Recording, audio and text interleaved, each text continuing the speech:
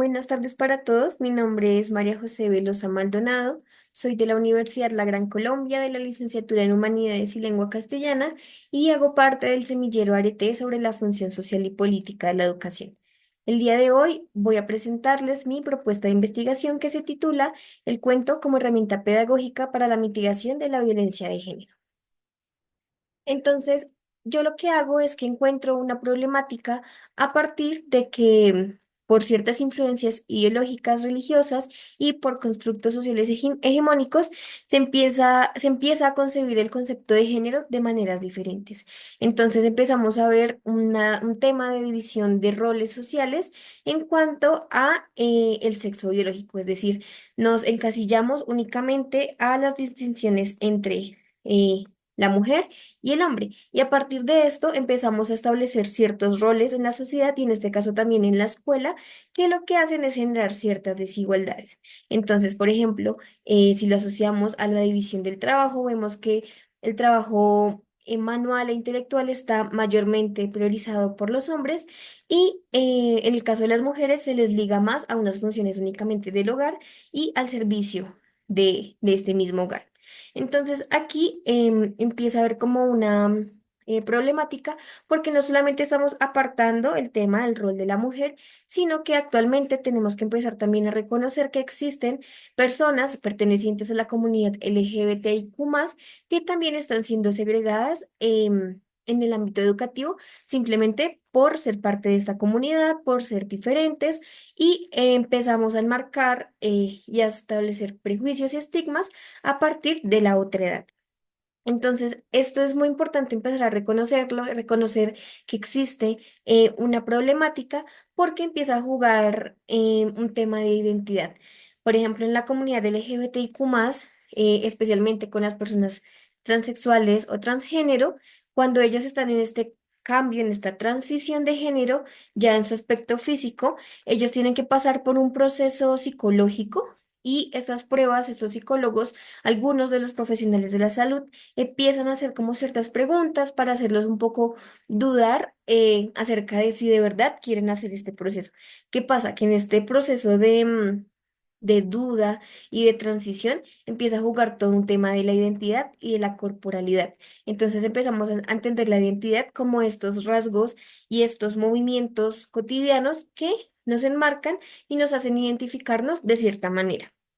Cuando nuestro entorno empieza a acusarnos de alguna manera, a hacernos dudar o incluso pues a partir del bullying, a hacernos confundir un poco esta identidad, empieza un problema que gira en torno a la salud mental. Entonces, la agresión, tenemos que entender que la agresión no solamente es física en este caso, sino que también hay unas repercusiones mentales. em, a causa de esta división a partir de los sexos biológicos, porque como lo dije anteriormente, nos estamos apartando únicamente al rol de la mujer, al rol del hombre, y si bien ya el rol de la mujer está siendo segregado y apartado, pues los de la comunidad LGBTIQ+ también lo está haciendo, también lo está haciendo. Otro aspecto importante es empezar a comprender que existe violencia sexual y violencia no sexual. ¿Qué pasa?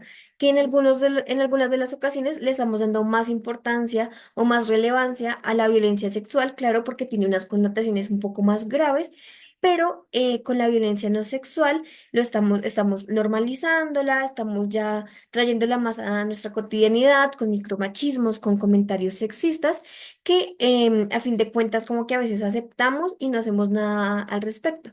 Pero esto también tiene como otras repercusiones mentales que afectan al individuo a largo plazo. ¿Y qué pasa si empezamos a normalizar y empezamos em, a compartir este tipo de pensamientos? Lo único que estamos haciendo es como contribuir a esta misma violencia de género. Entonces, también tenemos un último aspecto importante, que es el que abarca el tema de la educación, que es la construcción del currículo en las instituciones educativas. Entonces, nos enfrentamos, en este caso en Colombia, a unos currículos que lo que buscan desde la teoría es la formación integral de los individuos, pero que en la práctica empiezan a ser, digamos que, un poco inestables porque no se tiene en cuenta la multiculturalidad presente en las instituciones. Y además nos encontramos con docentes que vienen con ciertos prejuicios implantados que lo que hacen es seguir reproduciendo este tipo de violencias. Es decir, el docente es la persona principal que se encarga de reproducir o de detener este tipo de pensamientos y de conductas. Porque, por ejemplo, los docentes tienden a ser los primeros en apartar a los estudiantes por sus diferencias. Los docentes también hemos llegado a excluir porque de pronto no estamos de acuerdo con el estilo de vida de algún estudiante y aunque se haga de pronto de manera inconsciente, esto se refleja en el aula de clases y se va transmitiendo. Entonces, a partir de esto, empiezo como a querer vincular el tema de la literatura y de la escritura. Entonces, el propósito es escribir ciertos cuentos que lo que hagan es que reflejen estas realidades en torno a la violencia de género. A partir de esto, me hago la siguiente pregunta, que es, ¿de qué manera la creación literaria puede llegar a contribuir en el reconocimiento y la prevención de la violencia de género en las aulas de clase? Entonces, a partir de esto, el objetivo general, el objetivo principal de esta propuesta de investigación es diseñar un ebook con narrativas de creación propia que estén dirigidos a estudiantes de media académica para fomentar la conciencia sobre la violencia de género y a partir de ello poder mitigarla en el entorno escolar. Dentro de los objetivos específicos, entonces me encuentro con un primer proceso sumamente teórico, entonces es realizar un análisis de género que aborde patrones, estereotipos y narrativas que predominen y estén contribuyendo a la perpetuación de la violencia de género.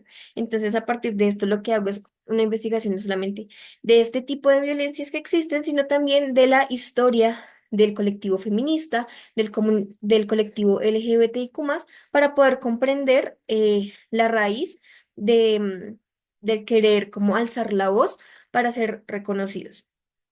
En un segundo momento, entonces, mi segundo objetivo específico es realizar una identificación crítica entre la relación de género y educación. Entonces, es lo que venía hablando anteriormente. Entonces, es tratar de conocer qué estereotipos estamos creando dentro de las aulas, dentro de las instituciones y de qué manera el Estado, la familia y la comunidad terminan por simbolizar este tipo de violencia sin hacer mayor cosa.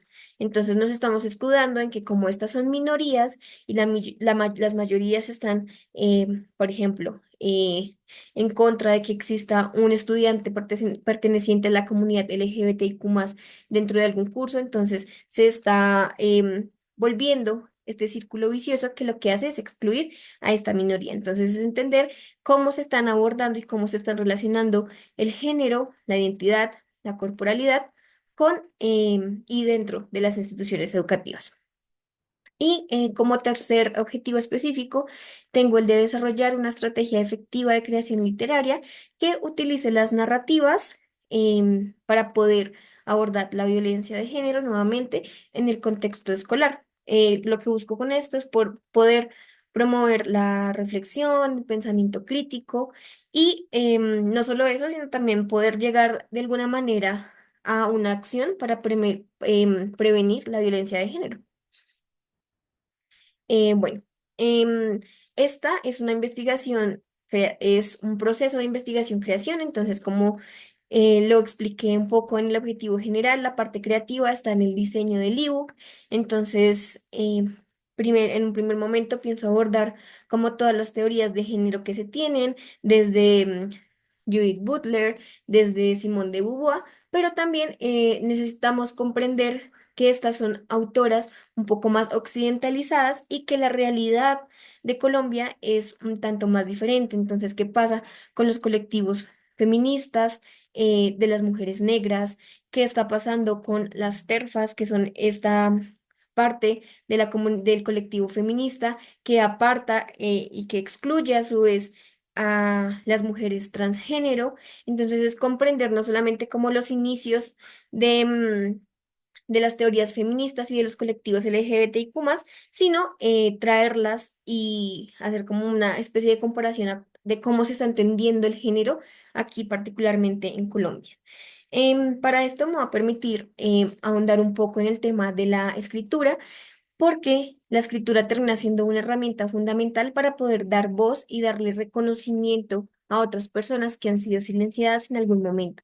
En este caso, pues claramente los colectivos feministas que apoyan las problemáticas y las desigualdades de la mujer y la comunidad LGBTIQ+, que es importante reconocer que en un inicio, cuando surge, esta comunidad está únicamente enfocada a las relaciones gays, homosexuales entre hombres. Aquí en los inicios de esta comunidad también se apartaba el tema del lesbianismo y de la mujer. Bueno, entonces, a partir de esta comprensión, lo que voy a utilizar son estas narrativas, porque entre el conocimiento que se narra, el auditorio que escucha y el sujeto que narra dicho conocimiento, se generan estados de tensión y se potencian nuevas visiones de mundo. Entonces, es a partir de la escritura poder dar a conocer nuevas realidades que en algunos momentos damos por obvias o realmente creemos que no son tan cercanas a nosotros. Entonces, la escritura lo que nos permite es como abrir este horizonte de expectativas y de realidades que existen aquí en Colombia, en el entorno educativo. Bueno, como resultados, pues como todavía es una propuesta de investigación, se busca poder acercar el ebook a algunas instituciones educativas con el fin de que se pueda estipular este impacto en el aula. Entonces, verificar si el ebook sí es una herramienta que nos permita contribuir a la mitigación de la violencia de género. Entonces, lo que se busca no solamente que se genere una conciencia, sino como lo dije anteriormente, que se haga algo al respecto, que no solamente se quede en en un sí entiendo, entiendo tu punto, comprendo tu situación, sino que se haga un trabajo de retrospección para que esto se pueda abordar de una manera un poco más sana y que las repercusiones vayan como disminuyendo. Y pues bueno, eso es un poco lo que quería presentarles alrededor de mi investigación. Aquí pueden ver un poco la bibliografía de la que me he sostenido en estos días. Y pues nada, muchas gracias.